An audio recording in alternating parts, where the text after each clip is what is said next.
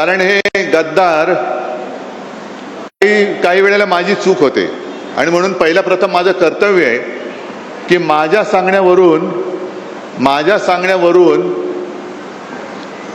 जे तुम्हाला मी एक बुजगावणं दिलं होतं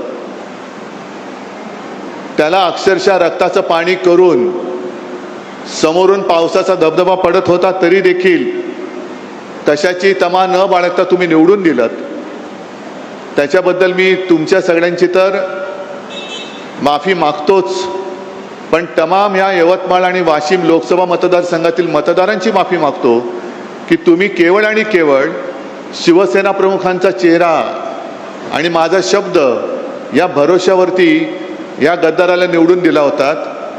पण आपण त्याला मतदान करताना बोटाला काळी शाई लावलीच, पण त्यांनी गद्दारी करून आपल्या विश्वासाला काळं फासलेलं आहे आणि याचा जाब विचारण्याचा अधिकार तुम्हाला आहे. जाब विचारला पाहिजे. शेवटी गद्दारांच्या कळपात गेला. आता गद्दारांचा कळप म्हणजे काय की 3-4 वर्षापूर्वी गद्दार शिरोमणी जो बसलाय तिकडे मिंदे, त्यांनी 40 आमदार फोडले आणि या विदर्भामध्ये जेव्हा बैल पोळा होता तेव्हा त्या बैलांवरती लिहिलं होतं 50 खोके एकदम ओके. आता मला सांगा, तेव्हा आमदाराचा भाव 50 असेल, 50 खोके, तर खासदाराचा किती असेल?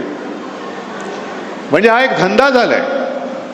निवडून यायचं असा शेतकरी. आता तू बोललास ना रे दादा, पीक विमा मिळालेला नाहीये, हमी भाव मिळत नाहीये, पण निवडून यायचं, आपला हमी भाव वाढवायचा आणि विकून टाकायचं सगळं काही.